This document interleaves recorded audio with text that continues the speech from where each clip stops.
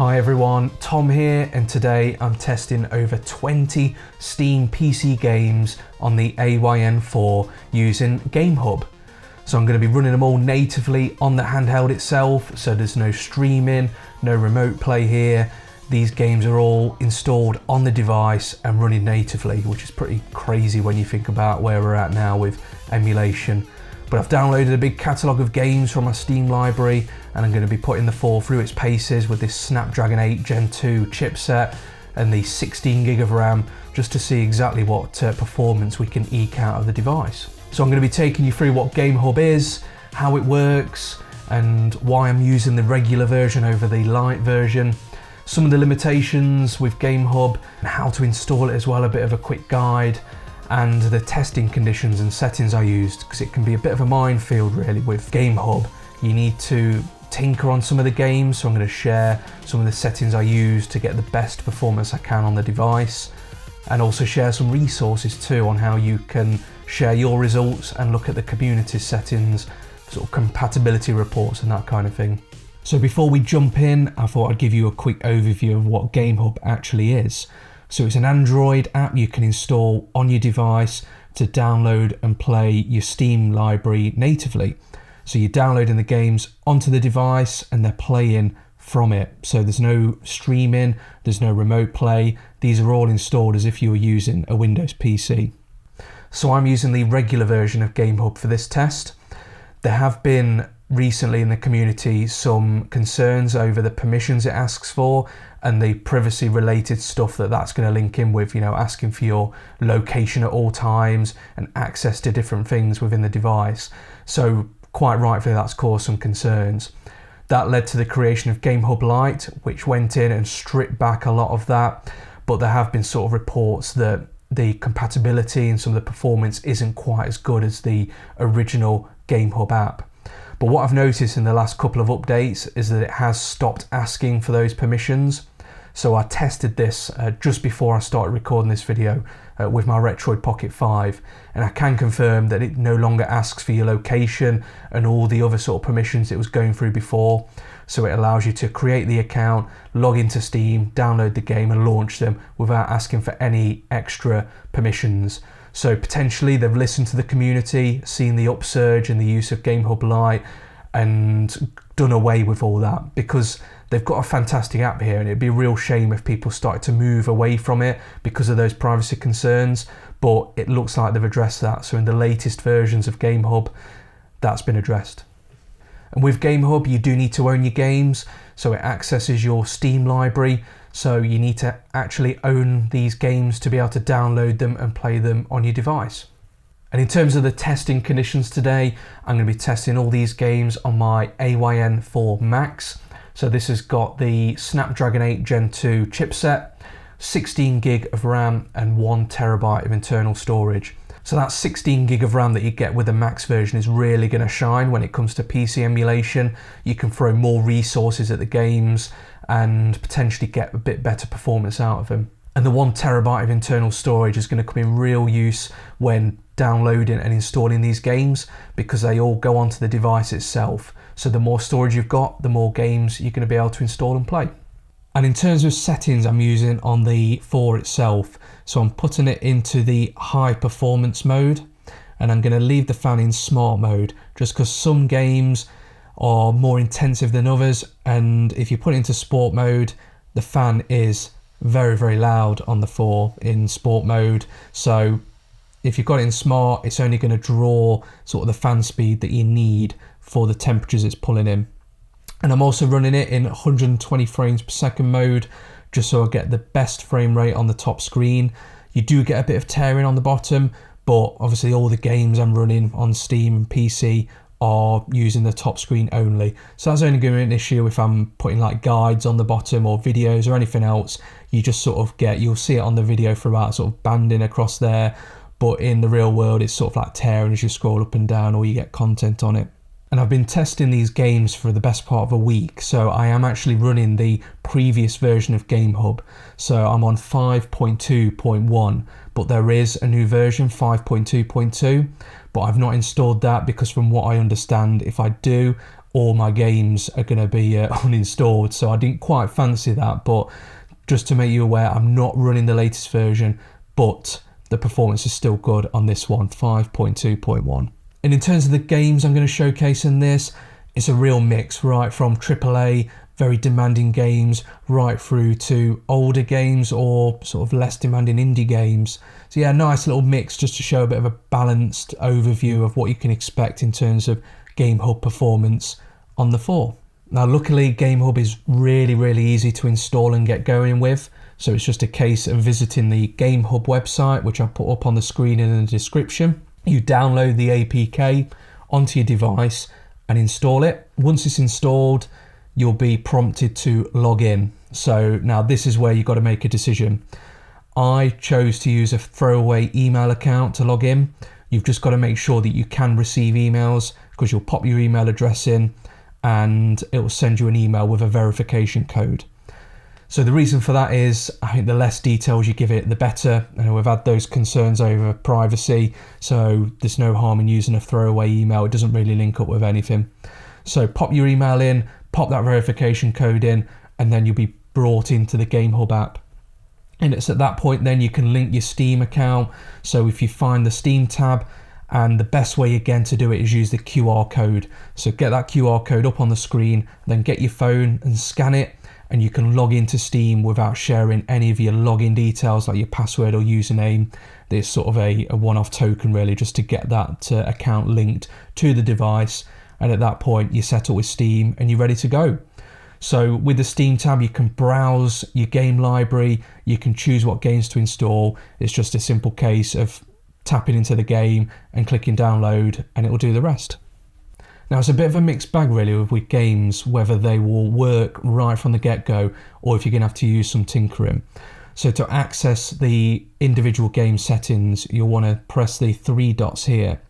Firstly, you can check the compatibility. So some of the games it will show you straight away if they work. So like here for Tomb Raider, it shows perfect support. It recommends some settings, recommends the sort of minimum device configuration you should have, and then it will show you sort of what you can expect from it.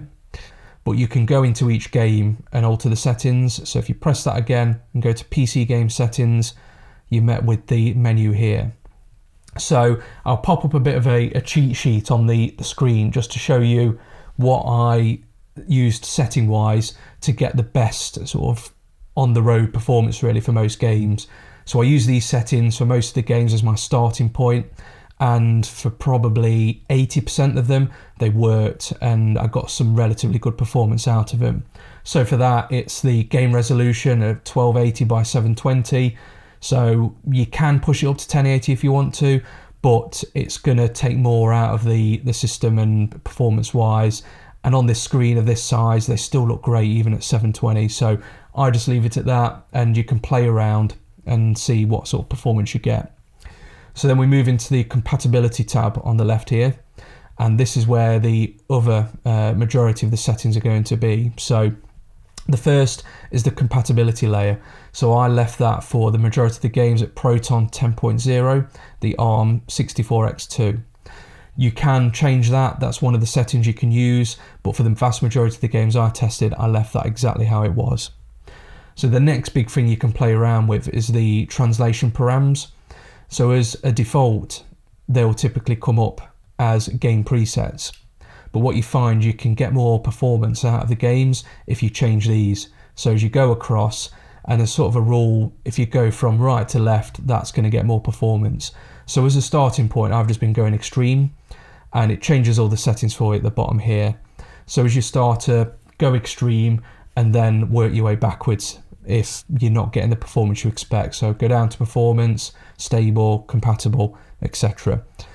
And finally, one of the sort of main things you're going to want to play around with and experiment with is the driver.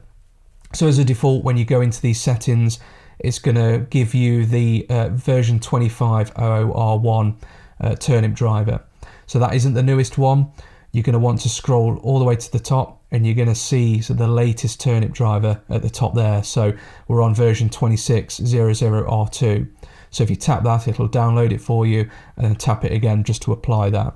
So this essentially hopefully gives you the best performance, the most sort of compatible driver you're going to get to play the game on your device. And there are even more settings you can play around with. So a couple of the ones is the DXVK version. So again, there's newer and different versions. As you go up, you can experiment with them. And you can also change your VK D3D version. So once again, we've got different settings in there. So what I'd say really is, as a starter, use my cheat sheet. So start with those settings, see how the game runs, and if you're not getting the performance you want, go in and play around with the settings. There's quite a bit you can, and included in the Steam tab as well. So you can run a different Steam client version, and you can also turn on your Steam input, experimental. So it's just one of them with GameHub. You might strike it lucky, you install the game, you can try loading it straight away and just see how it goes. But it's one of them where you probably want to experiment and see what kind of performance you get from playing around with the settings. So it's not quite as plug and play. Some emulation, you know, you get your ROM, you play it in the emulator, job's a good one. But with GameHub you can do a bit of tinkering, and sometimes it pays off because you'll get better frame rate, the game will look better, and it'll be a better all-round experience. And what I'll do in this video, I'll share all the settings I used for all the games. So if you just want to get your hands on those games, use my settings, you know you're going to get relatively good performance. But what I will say with a bit of a caveat is, I don't claim to be a subject matter expert on GameHub. This is all through experimenting, watching other content creators' videos, and sort of getting a feel for how to use GameHub. So there are resources out there you can use that will sort of share settings that other people have used in the community to get really good performance. So the first one being Emu Ready. So this is a website or app you can visit and search your device or search the game, and it will show you what settings others have used for best compatibility. And another fantastic resource as well is the Ryan Retro website. So he's another YouTuber in the retro gaming community. He has a fantastic website that shares settings again that people from the community have inputted, compatibility reports to show what settings they use to get the best performance of the games. And it is worth reporting on the ergonomics as well. So I'd say that this is very capable of playing those games. The question will be whether you want to do it for long periods of time. I'd say it's fine for lighter sessions or for the games where you're mostly using the face buttons, but if you're introducing the triggers, it probably doesn't make for comfortable, longer play sessions on the 4. And I'd say that the real strength with the 4 comes from the dual screen aspect. So if you're playing your DS, 3DS games, some of your face button intensive games, this is where the 4 strengths lie. Where its strengths probably don't lie is if you're using both analog sticks with the triggers, because there's a bit of reach there, trying to get your finger around the back and touching the face buttons. It's not comfortable really for longer play sessions. But of course, it's amazing to have this capability on the device. It's very powerful, it can handle these games. And to be honest, you might want to play it. You know, if you're using the grip, by all means go for it. But it's just sort of a bit of a word of warning really. If I'm playing these games for multiple hours at a time, a real big gaming session, I'll probably want to do that on my Odin 2 Portal with the ergonomics, big screen, very comfortable, button configuration there. But the 4's incredible too, to be able to play them on. And what I'd say too is that there was a portion of games that I wasn't able to get running through GameHub, no matter how much I persisted with the settings and tinkering with all the back-end stuff. And at that point, you don't have to give up. You can still play these games on the device. Your alternative there is game streaming. So using Moonlight, Artemis, GeForce Now, you can play all those games from your Steam library straight onto the device via streaming. But obviously you're going to need a decent internet connection to do it. But what you might find is that some of the games actually look better through streaming if your internet's good enough, and are just as responsive as if you were playing them natively on the device. And there we go, I think I've spoken enough there, just a bit of an overview of GameHub, how to install it, all those other bits. So without any delay, let's get stuck into the testing of the games.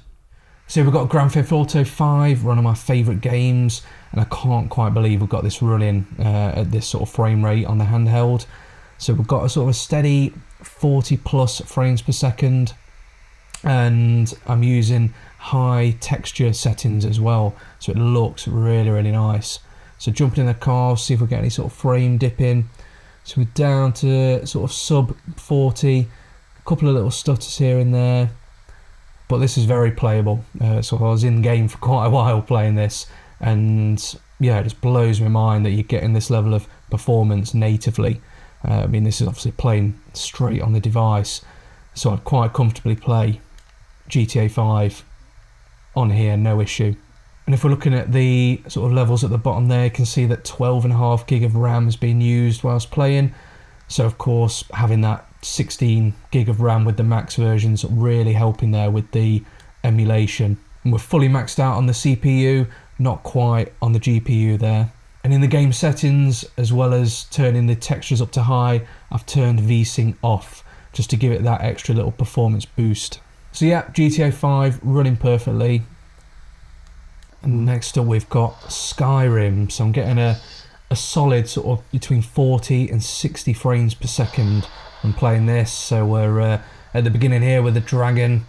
See a couple of little glitching bits there, sort of the lighting, but the main sort of issue I've found with Skyrim is the sound. So we've got sort of the ambient sound here from the cutscene, but what we're missing is some of the dialogue from the characters. So at the beginning when I'm chatting to the guy in the cart and the execution stuff, we're getting no sound from any of the characters, which is a bit of a problem. And sort of through whatever tinkering I tried, I wasn't able to get that to work, so I changed the sound settings, but yeah, alas, no success really. But it's running really nicely, so this is definitely playable. And if anyone has had any success with the settings to get the characters' voices coming through, that would be the last stage really to making this a perfectly playable experience. But I don't know whether you'd want to go through the whole game without hearing any cutscene dialogue from the characters.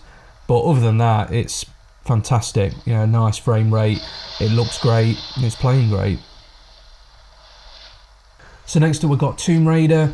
So it's pretty much comfortably sitting at around 60 frames per second. I've had peaks of 90. There's a couple of moments it drops to like 55, but other than that, this is a perfect experience, and it looks really nice on the screen too. It's sort of the OLED screen, getting some nice bright vibrant colours, deep blacks.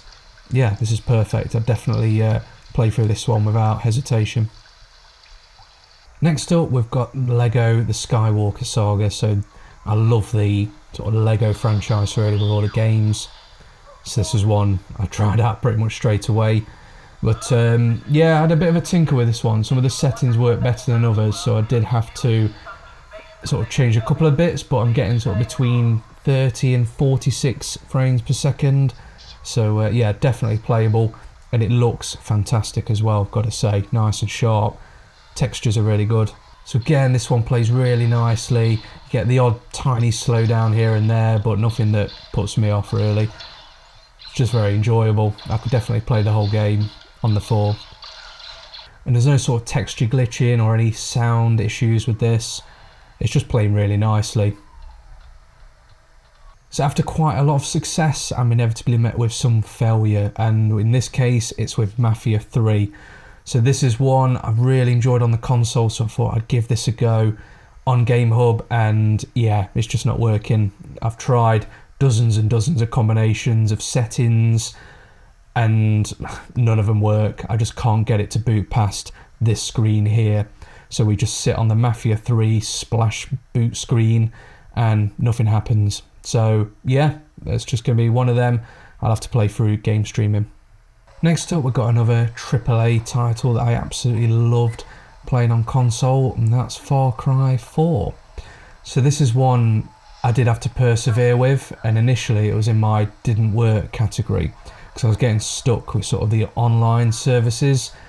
Something we love about Ubisoft is obviously all the online DRM and all the other bits that go with it. But after persevering, I managed to get past that, and I'm so glad I did, because this looks gorgeous and runs so well.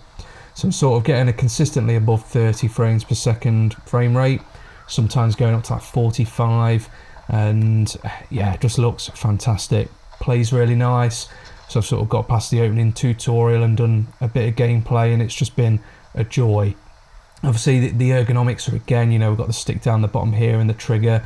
I am sort of stretching a bit to do that, but I can get over that for being able to play Far Cry 4 natively on a handheld. So yeah, this is one I'm going to enjoy a lot and was worth persevering with. In terms of the in-game settings, so again, I'm playing 720, but I'm on medium graphics quality too, which I think is really good.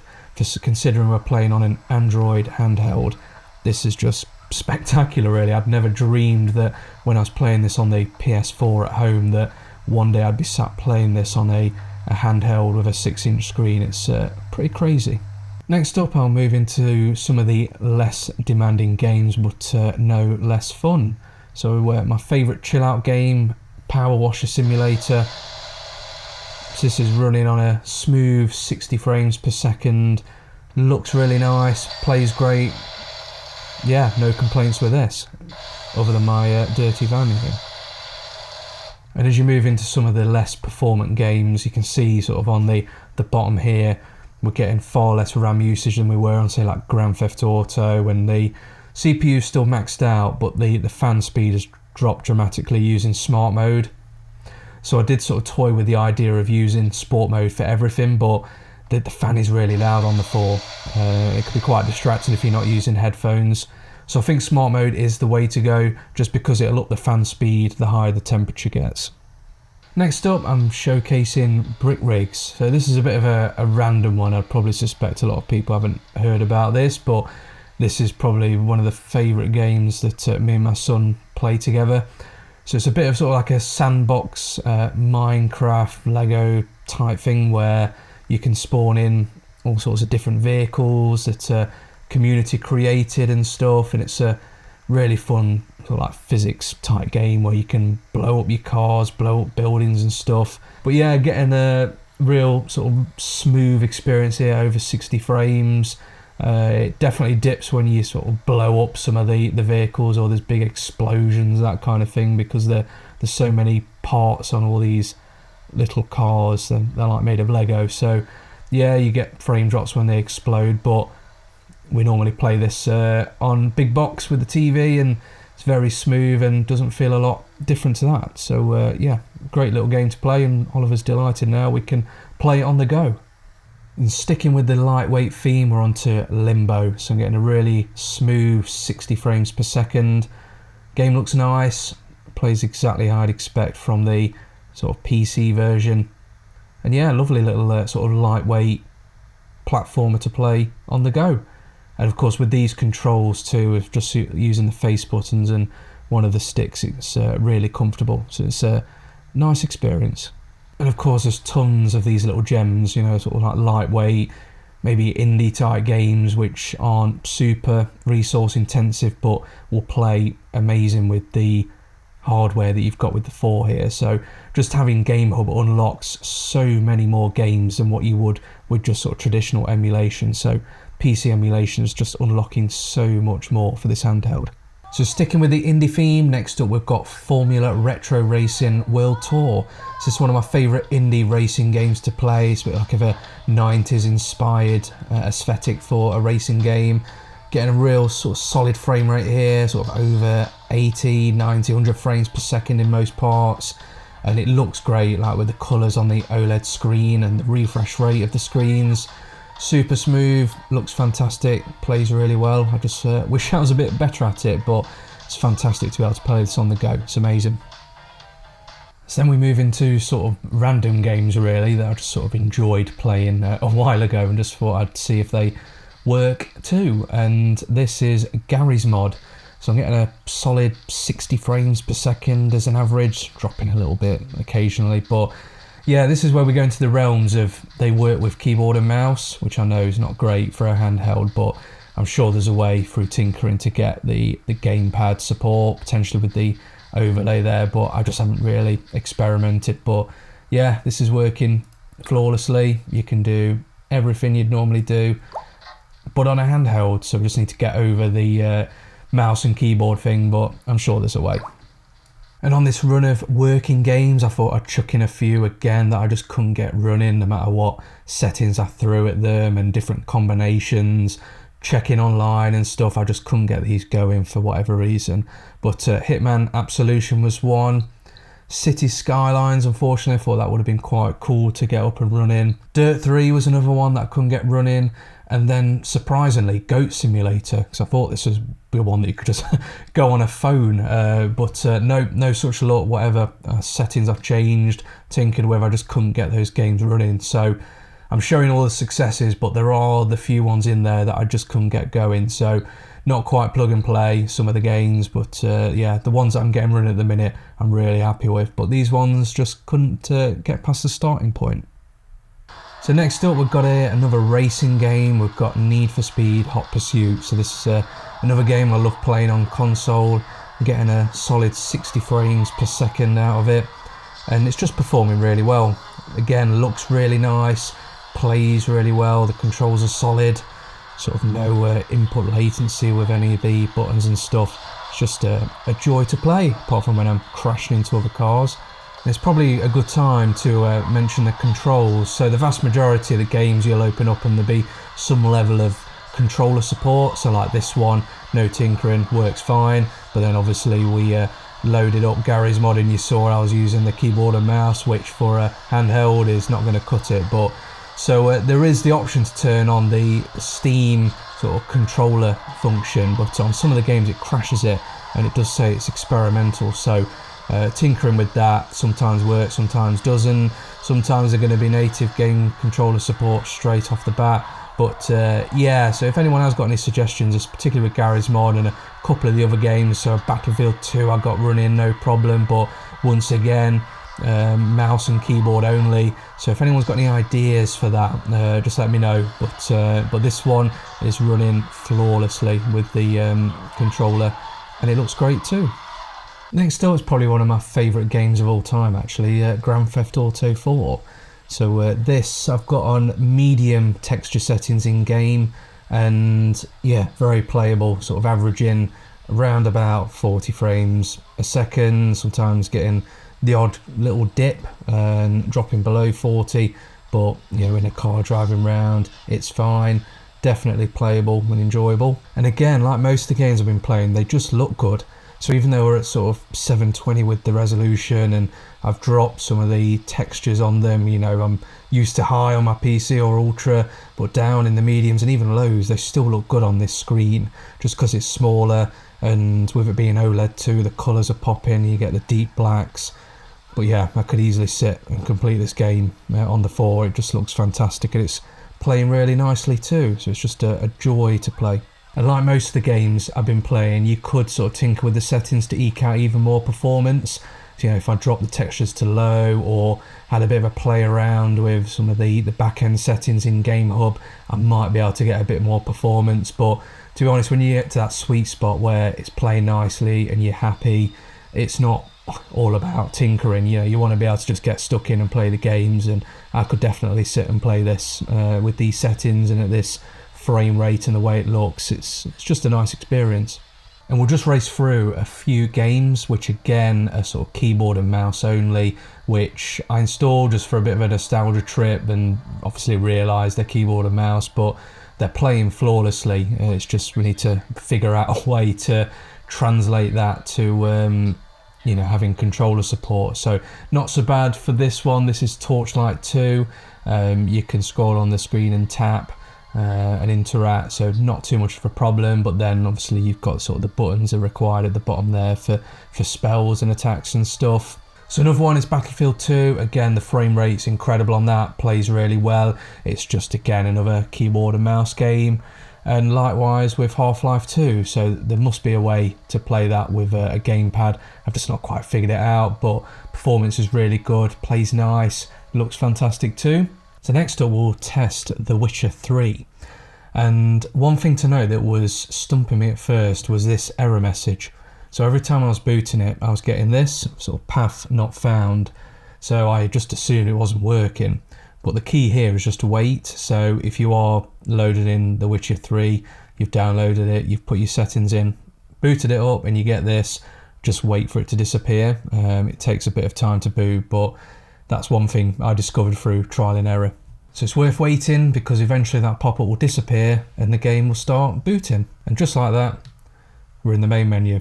So here we are in game. So I've turned the in-game settings down to as low as they possibly go, switched everything off, and I'm getting about 30 frames per second in sort of the intro scene. It feels really smooth, and it does go up above 30 occasionally, like we're seeing here, 34. But yeah, it's playing nice. And although the settings are on low, it does look really nice. So I know you can play this on this Switch version, but performance can sort of vary. But if we're getting a solid 30 now, it's quite nice. I mean, I've not got a save game to bring in to sort of show you later on in the game, but it's definitely playable and it's smooth as well. Like the camera rotations and stuff is nice. And yeah, again, I keep saying it, banging on, but with the OLED screen, I think when you're lowering the textures, the impact isn't quite as bad because you're getting those beautiful, vibrant colours and deep blacks. And the main thing for me is smooth gameplay. And this at 30 definitely is. It looks good, it's playing nice, and I'd happily play The Witcher with these settings. And there's just a quick look at the graphics settings as well, so you can see everything's turned off or to low, and that's sort of the result really. And as I mentioned on a couple of other games really, you could probably play with some of the back-end settings on GameHub and eke out even more performance. But again, it's just when I'm testing out this number of games, I just want to get optimal performance and it be smooth and look good, and that's what I'm getting here. But by all means, share your results if you've tested and you've got better performance with better looking textures and stuff.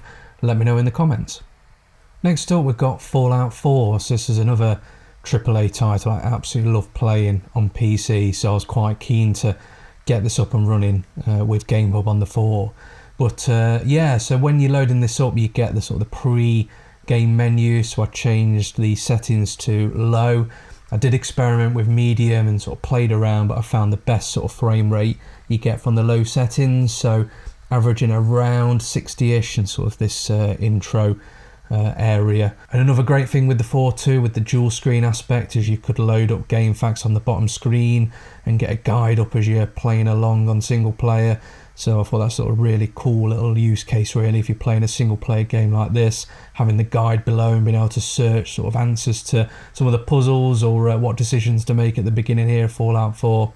But yeah, game looks great, it's running great, and I could definitely play through on the 4 with this. And as you can see as well, even during the cutscenes, we're going up to sort of 70 frames per second at moments. So it's nice and smooth, definitely playable.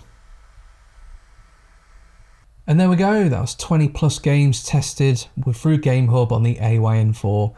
So overall, really good experience, some fantastic compatibility. The 16 gig of RAM you get with the Max version comes in use for quite a few of the games. It was really pushing the limits on what it needed.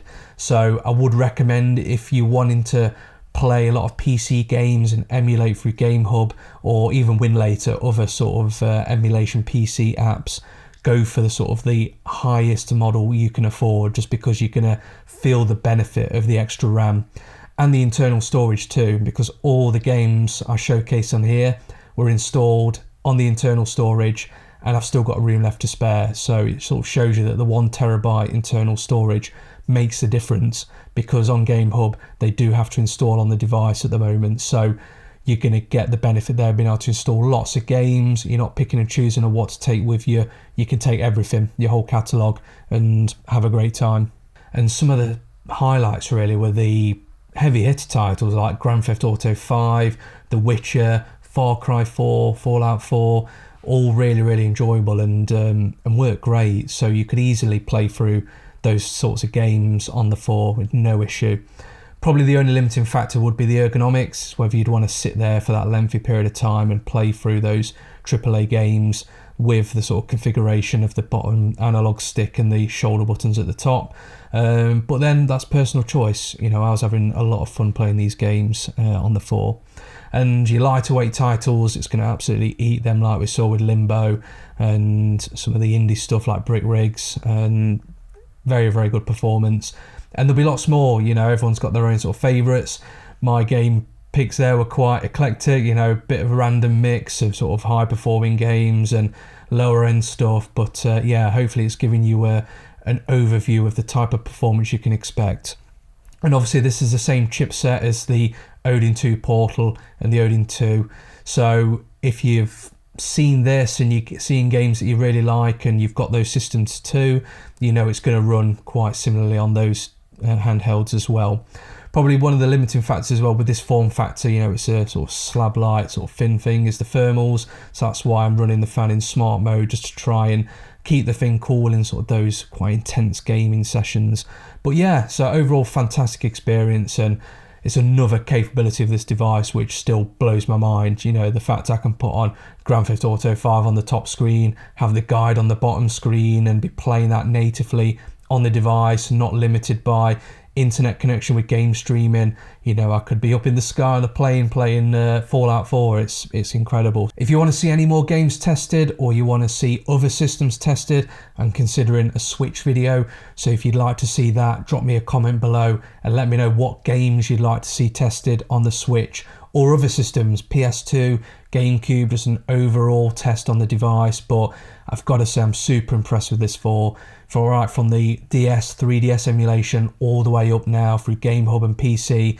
This thing's a beast, and it's absolutely blown my mind on how good it is. So if you've got any ideas of what you want to see on this system, let me know in the comments. So yeah, I hope it's been a useful video.